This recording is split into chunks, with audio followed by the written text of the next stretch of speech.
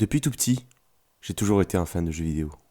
Que ce soit via la Nintendo DS et les jeux Lego Star Wars ou Lego Batman que je ponçais jusqu'au 100%, ou que ce soit la GameCube qui m'a fait tant rêver avec des jeux comme Zelda Wind Waker, James Bond Nightfire, Spider-Man 2 et j'en passe. Mais un jour, j'ai eu le droit au PC familial, et tout un nouvel univers s'offrait au petit moi. Les 3/4 des jeux que j'avais sur PC c'était les anciens jeux de mon grand frère. Et grâce à ça, j'ai pu découvrir des jeux qui n'étaient pas forcément adaptés à des gens de mon âge. GTA 3, GTA Vice City, Star Wars Dark Forces et Jedi Knight, mais surtout, le jeu qui nous intéresse aujourd'hui, Max Payne 2, The Fall of Max Payne.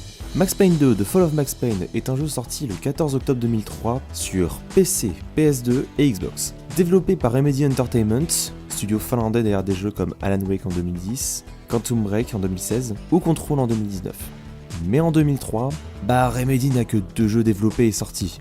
Death Rally en 1996 sorti sur MS-DOS, et un certain Max Payne sorti en 2001.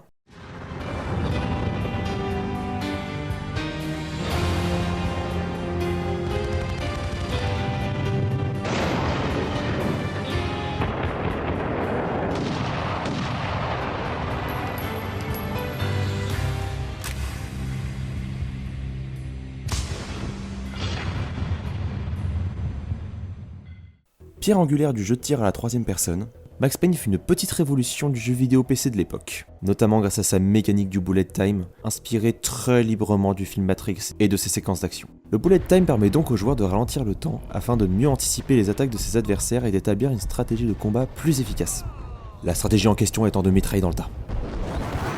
Max Payne avait été un vrai bon succès à l'époque, que ce soit public ou critique, une suite a donc été mise en chantier assez rapidement, toujours chez Remedy et toujours sous la supervision de Sam Lake.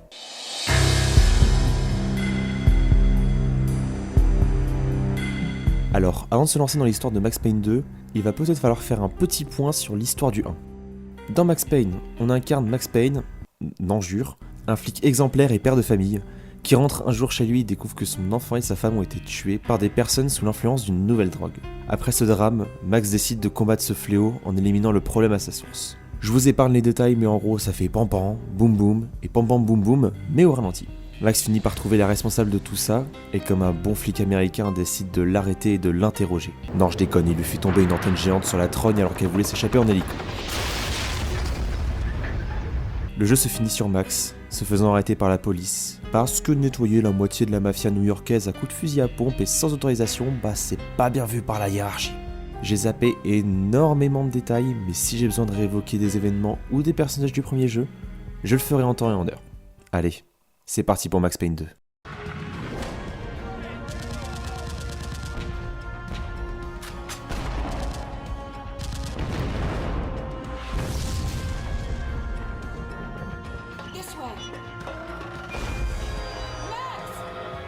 This is love. Love hurts. When you're looking down the barrel of a gun, time slows down.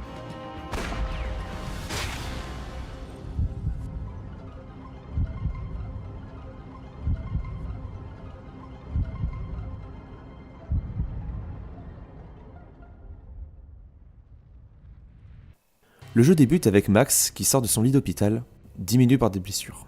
On déambule donc dans les couloirs avant de tomber sur notre tout premier ennemi. Freeze, NYPD! Found him! Qu'on tue facilement avec un petit effet de ralenti bien sympa qui met en avant le nouveau moteur physique du jeu, qui va surtout être à base de ragdoll, et c'est pas pour me déplaire. En continuant notre route, on voit que Max a des flashs étranges d'une femme qu'il a l'air de vraiment bien aimer au vu des visions. En continuant, on finit par croiser Jim Bravura, notre supérieur, qui finit en passoire à cause de nos mystérieux assaillants, qui font également descendre l'ascenseur. They were after me. It was my fault. Run from your past. You'll end up running in circles. Max arrive dans la morgue où l'on trouve Winterson, une femme que Max aurait apparemment I tuée selon tried ses to dires. run from it. Edited out. Winterson was dead. I was a murderer. Petit recul dans le temps puisqu'on se retrouve quelques jours plus tôt, Max, redevenu détective entre-temps, investigue une fusillade dans un entrepôt appartenant à un ami de Max, Vladimir Lem, personnage qu'on avait vu dans le premier Max Payne et qui nous avait aidé au cours de l'intrigue. Une fois rentré, Max rencontre un nettoyeur qui va se révéler à peine une minute plus tard être l'un des auteurs de cette fusillade. Mais bon, puisque je connais déjà le jeu, je m'embête même plus à attendre la mini-révélation et je la bats d'un coup de feu à l'arrière du crâne. Ah bah écoutez, on m'a dit que j'étais un flic américain, je prends mon rôle à cœur. On progresse dans le bâtiment avec une discrétion impériale. Et au détour d'un couloir, on retrouve...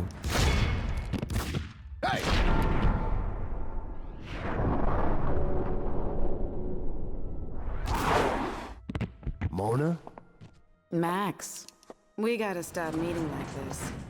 Mona Sachs, tueuse à gages présente dans le premier jeu, mais qui était censée être morte depuis 2 ans. Bon bah visiblement elle va très bien, elle s'enfuit immédiatement par l'ascenseur, on tente de la poursuivre, mais également de poursuivre les nettoyeurs, sauf qu'il s'échappe de très peu à bord d'un van, écrasant pratiquement Max.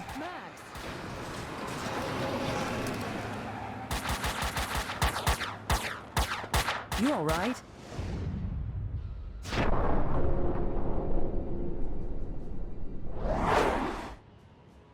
I'm okay, damn it. Hey, we're working together on this.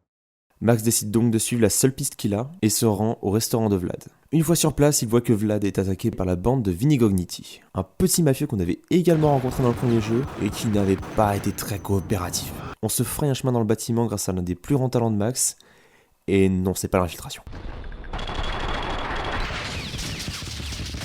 On croise au passage un des hommes de main de Vlad qui a une magnifique Kalachnikov.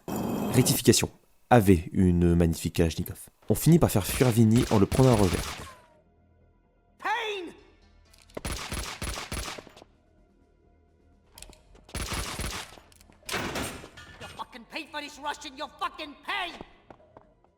S'ensuit une discussion entre Max et Vlad, où il nous explique que Vinny Gognitti est devenu bras droit de la famille Puccinello, famille de mafieux qu'on affronte dans le premier jeu. Il souhaite avoir un monopole sur le trafic d'armes de New York, et Vlad est un obstacle à cet objectif, puisque vous avez bien pu le voir, Vlad n'est pas vraiment restaurateur à temps plein.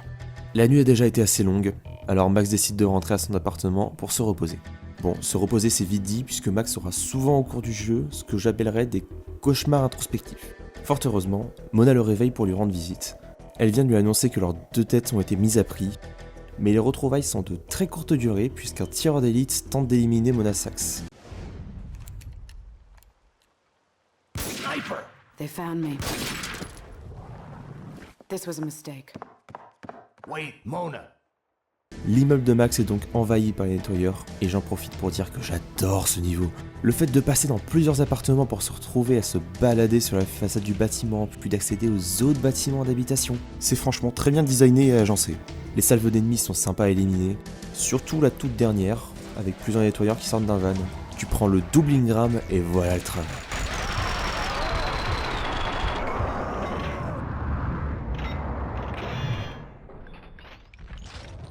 Après tout ça, Max réussit à avoir Mona au téléphone, et elle lui donne rendez-vous à une sorte de maison hantée / ancien décor de série télé. En dehors des niveaux de cauchemar, c'est le seul niveau du jeu sans fusillade, sans trop d'action. Je trouve ça très chouette comme niveau de transition, histoire de nous laisser respirer un peu avant la suite du jeu. Après notre visite complète des locaux, on finit par retrouver Mona dans un contexte assez peu professionnel. Une fois sortie de sa douche, elle nous explique que les nettoyeurs essayent de supprimer toute personne connaissant l'existence du cercle intérieur. Et c'est là que je me rends compte que je ne vous ai absolument pas parlé de ce que c'est le cercle intérieur. Pour expliquer très simplement, c'est une société secrète présente dans le premier jeu qui manipule dans l'ombre une bonne partie de New York. Elle est dirigée par Alfred Woden, un sénateur américain qui avait aidé Max à faire tomber Nicole Horn, l'antagoniste du premier jeu, pour l'intérêt de Max mais surtout pour les leurs. Mona nous amène donc dans un immeuble d'habitation un peu plus chic que chez Max, pour tenter de retrouver un des membres du cercle avant qu'il se fasse éliminer. Bon, bah c'est perdu, dommage. Mais au moins ça nous permet de nous amuser un peu avec les nettoyeurs et leur ragdoll.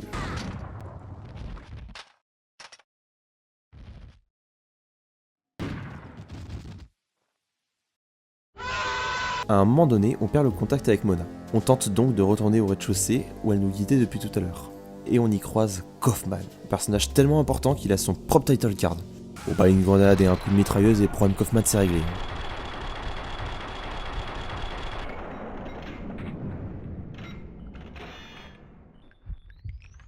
En arrivant au rez-de-chaussée, Max découvre que Mona a été arrêtée par Winterson, qui est interpellé par le fait de voir Max avec une criminelle en cavale.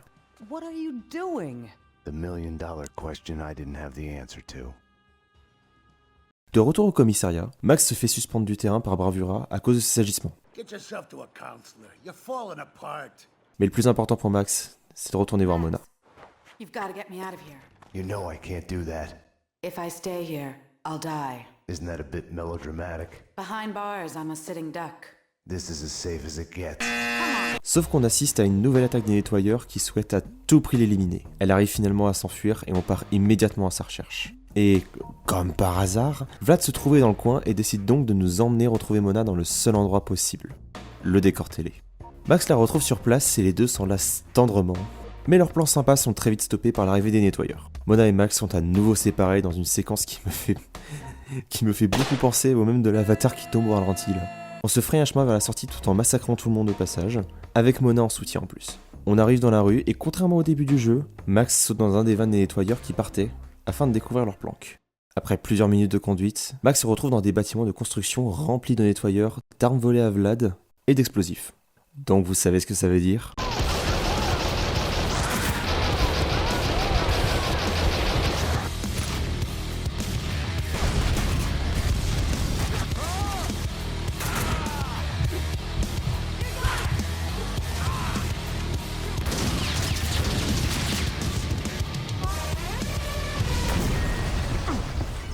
Ouais, au bout d'un moment, ça fait peut-être un peu trop d'explosions pour Max. Dans une tentative désespérée de s'échapper du bâtiment en flammes, Max saute par une fenêtre pour se rattraper un échafaudage, mais malheureusement, Max chute lourdement et se retrouve bloqué sous une poutre métallique. Donc c'est un peu la merde. Mais fort heureusement, Mona est également sur place, étant donné que les deux communiquaient pendant tout le niveau par oreillette, ce qui donnait des moments un petit peu rigolos. Mona, these guys are packing. Close to overkill. Hardcore professionals. Doesn't seem that way from where I'm standing. What's that supposed to mean? Et pour la première fois du jeu, on contrôle le personnage de Mona. Petit bémol, elle se joue exactement comme Max. Il n'y a aucune variation de gameplay. Et je trouve ça vraiment dommage. Du coup, on se retape encore tout un bâtiment à la recherche de Max dont on a perdu le contact. On le retrouve finalement en voyant la cinématique qu'on a eue précédemment avec Max, mais du point de vue de Mona. Et là, notre objectif, ça va être de le protéger au sniper pendant qu'il essaye de s'échapper. Et absolument toutes les portes de cet endroit sont fermées. On dirait un niveau de Silent Hill. No good, the door is locked. No luck with the door. Locked. Locked. Running out of doors here. Donc on est obligé de changer de point d'observation plusieurs fois à cause du décor. Et au bout d'un moment, il arrive enfin à trouver une sortie. Et en rejoignant Max, on tombe sur Winterson, qui met en joue Mona. Max tente de calmer la situation, mais Mona nous dit que Winterson ferait apparemment partie du camp des nettoyeurs. She's one of them. She's here to kill me. Alors que la situation s'envenime, Max dégaine et tire sur Winterson. Mais avant de mourir, elle parvient quand même à blesser Max par balle et le fait shooter lourdement. Detective Winnison, officer down. He went over the edge. The genius of the hole. No matter how long you spend climbing out, you can still fall back down in an instant. Après une nouvelle séquence de cauchemar, on retrouve Max dans l'hôpital de la scène d'introduction, devant le cadavre de Winterson. Les nettoyeurs continuent à poursuivre Max pour le tuer, et on a une micro-séquence où on n'a absolument aucune arme et on doit échapper aux nettoyeurs. Et c'est tout bête, mais rendre vulnérable notre personnage à ce point-là du jeu, après avoir déjà passé plusieurs heures à mitrailler tout le monde comme un One Army Man, je trouve ça vraiment ingénieux. Bon, on finit quand même par retrouver une arme de poing et on repart dans notre tueur habituel, mais c'est une séquence à noter. Max s'échappe de l'hôpital et décide d'aller voir Alfred Wooden, le chef du cercle intérieur, afin d'avoir quelques explications sur tout ce bordel. Wooden nous révèle que c'est en réalité Vlad, qui est le chef des nettoyeurs, et qu'il élimine ses rivaux ainsi que toutes les personnes importantes au sein du cercle intérieur. Tout ça pour en prendre le contrôle et de pouvoir enfin être à la tête du crime organisé new-yorkais. Il lui reste encore quelques têtes à faire tomber, notamment celle de Max, Wooden, Mona et Vinnie Gognitti. Maintenant que Max est au courant de la trahison de Vlad, il retourne faire une petite visite à son restaurant afin de s'expliquer avec lui.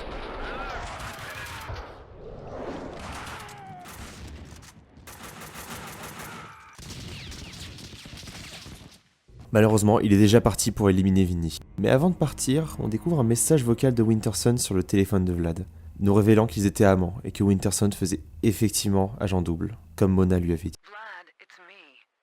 Where are you? I need you. I'm on my way to the construction site now. Winterson. I'll do it. I'll take care of them both for you.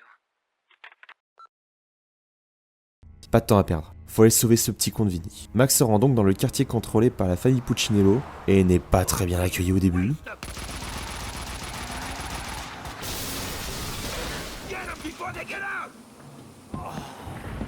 Il se fraye donc un chemin à travers les bâtiments défavorisés et à moitié détruits.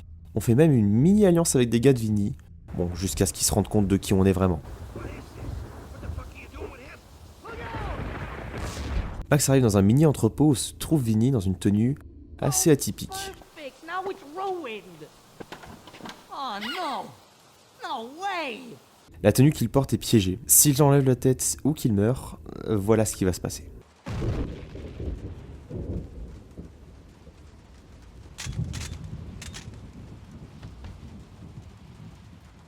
Donc pour éviter ça, on va devoir faire une mission d'escorte. Et je pense que c'est très clairement le niveau que j'aime le moins de tout le jeu.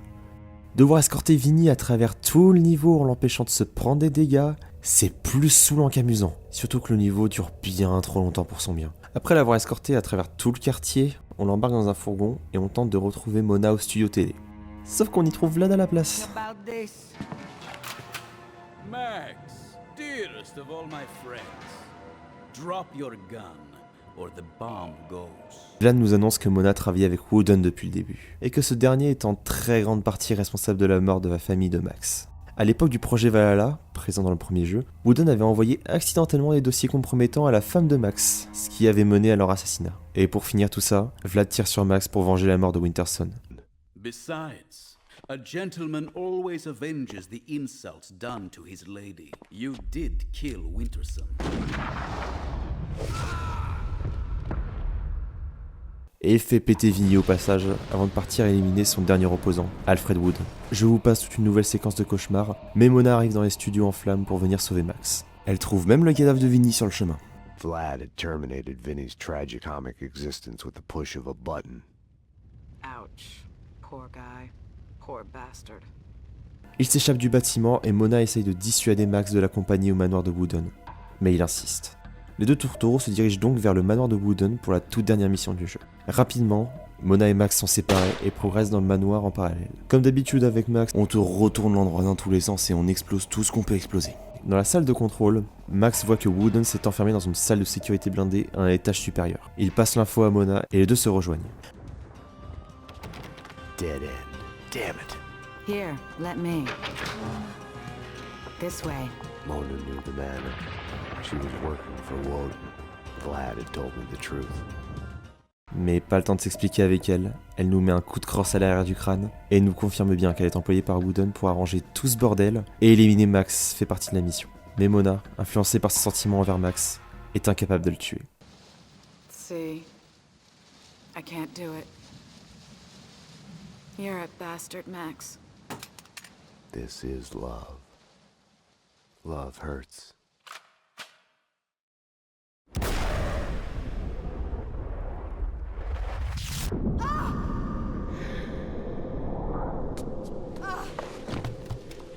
Wooden sort donc de sa cachette et s'interpose pour laisser une chance à Max d'enfin tuer Vlad.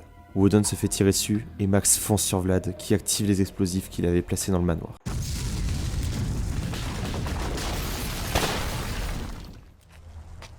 No gun when you need one.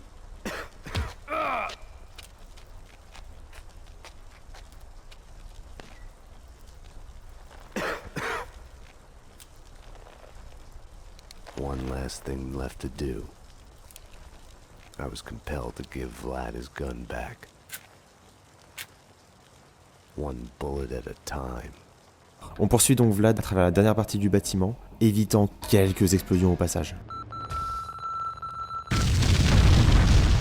Max le retrouve sur le toit de la verrière de la salle principale où le combat de boss peut débuter. Alors autant gamin j'ai eu énormément de mal à comprendre comment le battre, puisqu'il montrait jamais sa tête pour se faire tirer dessus, mais maintenant que j'ai la technique, ça devient vraiment une formalité. On tire sur ce qui maintient en place le gros truc pointu en l'air et voilà le travail. Il suffit ensuite de lui vider quelques chargeurs dans le caisson et la menace est enfin éliminée.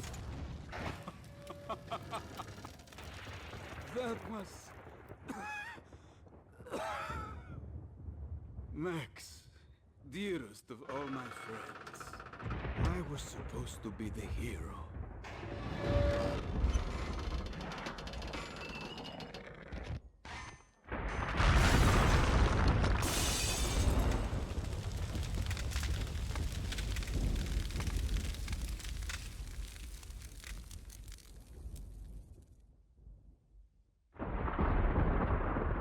Maintenant que Vlad et Walden sont morts, Max part voir une toute dernière fois Mona, qui s'éteint dans ses bras. Il décide, après ces nombreux événements tragiques, qu'il est temps d'aller de l'avant et de laisser tous ces drames derrière lui. Et c'est ainsi que se finit Max Payne 2. Max Payne 2, c'est vraiment l'un de mes jeux de cœur. Mais il faut quand même dire les choses qui ne vont pas. Comme ça, on est débarrassé de ça et ensuite je pourrais balancer tout mon amour pendant tout le reste de la vidéo.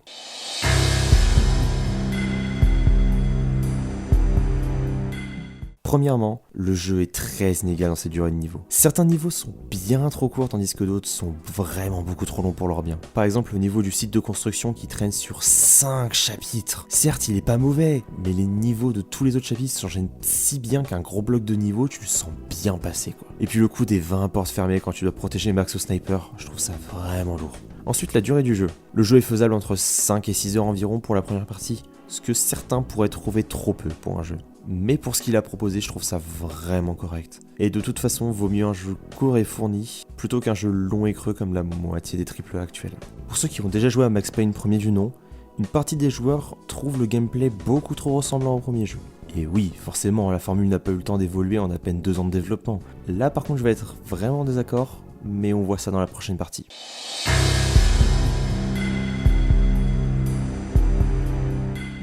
Le gameplay n'a effectivement pas vraiment changé depuis le premier jeu. Mais en termes de confortabilité de jeu, on est clairement à un autre niveau. Le bullet time peut s'activer beaucoup plus facilement que dans le premier jeu. Tout ce qui est arme de mêlée a été supprimé. De toute façon, ça servait pas à grand chose dans le premier jeu parce que pistolet mitrailleur contre baramine, je vous laisse deviner qui gagne. Dans cette suite, on a aussi un bien meilleur gunfeel que pour le premier jeu. Pour vous expliquer ce que c'est le gunfeel, c'est ce qui nous permet de nous rendre compte que notre arme a un vrai impact. Qu'on n'ait pas l'impression de jouer avec un nerf, mais avec une vraie arme à feu. Il y a plusieurs facteurs à prendre en compte, notamment le recul de l'arme, le bruit de l'arme et l'impact de l'arme. Et dans Max Payne 2, toutes les armes ont un très bon gunfeel, que ce soit avec le double Beretta, le fusil à pompe, mais ma préférée c'est très clairement le double Ingram.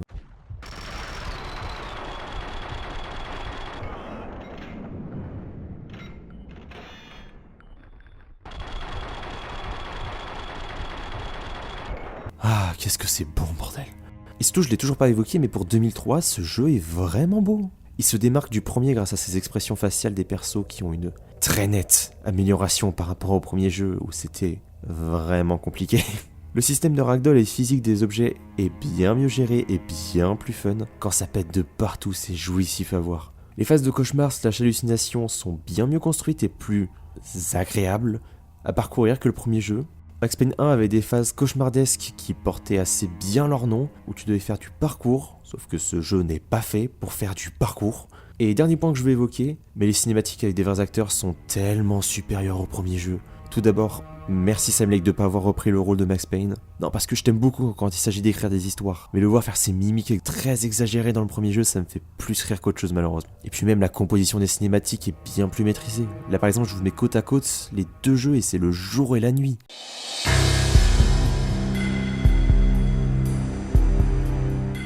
Max Payne 2 se distingue aussi par son intrigue qui dévie de l'angle de la vengeance du premier jeu. Parce qu'avant tout, Max Payne 2 c'est une histoire d'amour. Un flic et une tueuse à gages, fous amoureux, qui font tout pour se sauver l'un l'autre au péril de leur propre vie et de la vie d'autres personnes. Une histoire d'amour impossible. Bon, c'est une histoire qu'on a déjà vue plusieurs fois en littérature et au cinéma, que ce soit avec Roméo et Juliette, Cyrano de Bergerac, et heureusement qu'il était impossible cet amour-là, ou In the Mood for Love. Mais ce qui la démarque du reste, c'est qu'il est mélangé à cet aspect de film policier hard-boiled et de film noir, avec un protagoniste complètement désabusé et malmené par la vie. Et en plus de ça, tu rajoutes du film d'action hongkongais dans le lot, et on a un combo assez atypique mais sacrément efficace. Max Payne 2 c'est vraiment un amalgame des films à toute épreuve de John Woo, de Casablanca et de Matrix. D'ailleurs vous pouvez penser que je cite Matrix uniquement pour la mécanique du bullet time qui ralentit le temps, mais pas que. Parce que Max Payne 2 a aussi une grande partie de métatextualité avec toutes les émissions télé qu'on peut voir à travers tout le jeu. Notamment avec les séries Address Unknown et Dick Justice. Cette dernière fait énormément d'écho au premier jeu, Dick Justice étant même l'une des propositions de nom pour Max Payne à la base. Et heureusement qu'ils l'ont pas pris. Et puis Address Unknown, dont on visite les locaux pour aller chez Mona, qui est pas mal inspiré par Twin Peaks de David Lynch. Et puis la personne qui joue dans cette série n'est autre que Sam Lake, qui était à la Terre de Max dans le premier jeu. Et celui qui s'occupe de l'écriture de Max Payne 1 et 2. Mais je vais m'arrêter ici, je vous laisserai découvrir ces petit bonus si vous jouez à Max Payne 2. Et si vous aimez bien la métatextualité dans les jeux vidéo, je ne peux que vous conseiller les jeux suivants du studio. Surtout Alan Wake 1 et 2, qui sont excellents dans ce domaine.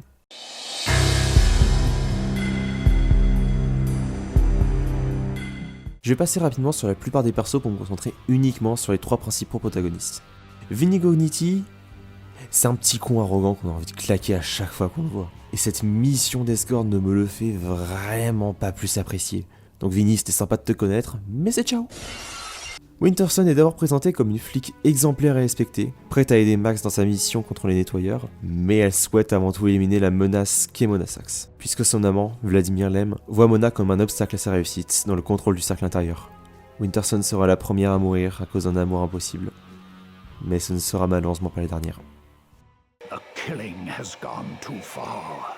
I have only begun. It's better to reign in hell than serve in heaven.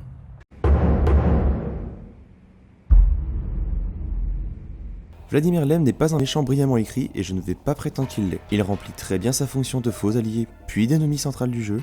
Vlad est une ordure manipulatrice. Il manipule les femmes de sa vie tant qu'elles lui sont utiles, et il en fait de même pour Max. Son amitié avec Max n'est qu'à sens unique. Pour Vlad, Max est d'abord un allié de circonstances utiles, jusqu'au moment où il devient gênant pour son ambition. Il lui demande même indirectement, dans un super dialogue, sa bénédiction pour le tuer. Max, I need to ask your advice as a friend. Ask. Hypothetically, if the only choice you've got is to do the wrong thing, then it's not really the wrong thing. It's more like fate. You have to do what you have to do. It's never that easy. Of course. We agree to disagree. Son ambition de vouloir prendre le contrôle du cercle intérieur en éliminant ses rivaux a été bien trop grande pour lui. Surtout avec Mona et Max qui traînent dans les parages. Sans eux, son plan se serait déroulé à merveille, surtout avec Winterson au sein de la police. Et je tiens à dire que je le trouve vraiment menaçant dans la dernière partie du jeu. Entre la balle dans la tête de Max Payne ou le meurtre de Mona, Vlad devient un méchant bien plus concret et qu'on a sincèrement envie d'éliminer, surtout après la mort de Mona. Et en parlant d'elle... That won't help a thing. The bullet in my head brought me to you.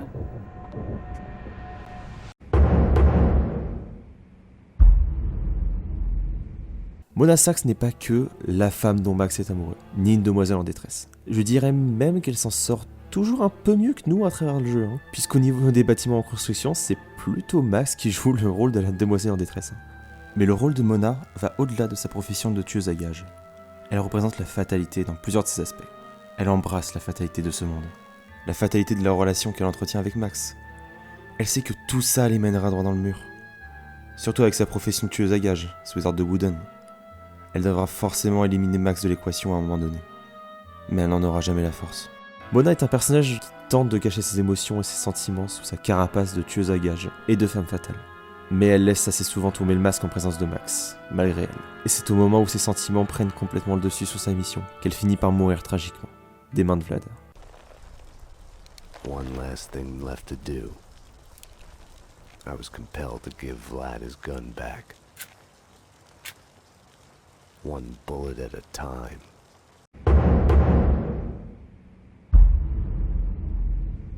Max Payne est un homme brisé. Brisé par la mort de sa famille, brisé par ses cauchemars récurrents et brisé par son boulot. Mais Max n'est pas seulement détruit par son passé, il s'y accroche, car sa souffrance est devenue la seule chose qui lui donne encore une identité. Ça et sa narration intérieure très poussée avec des métaphores invraisemblables. Une voix intérieure qui ne cesse d'intervenir durant l'intrigue. On peut interpréter ça comme une manière de justifier les événements du jeu qu'il subit, comme étant une histoire de film noir, justifiant sa souffrance et justifiant ses actions impulsives. Mais la réapparition de Mona Sachs dans sa vie va lui redonner une étincelle, une raison de continuer. Il échappe de peu à la mort plusieurs fois au fil du jeu, comme si cette réapparition de Mona le poussait à repousser ses limites. Comme s'il ne voulait pas passer l'arme à gauche tant que cette histoire n'était pas résolue. What the fuck is wrong with you, Max? Why don't you just die? You hate life. You're miserable all the time. Afraid to enjoy yourself even a little. Face it, you might as well be dead already. Do yourself a favor. Give up.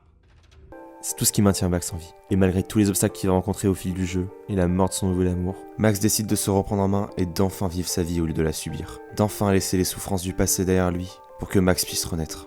Et ça aurait pu être une parfaite conclusion pour le personnage de Max, mais un certain Max Payne 3 en décidera autrement.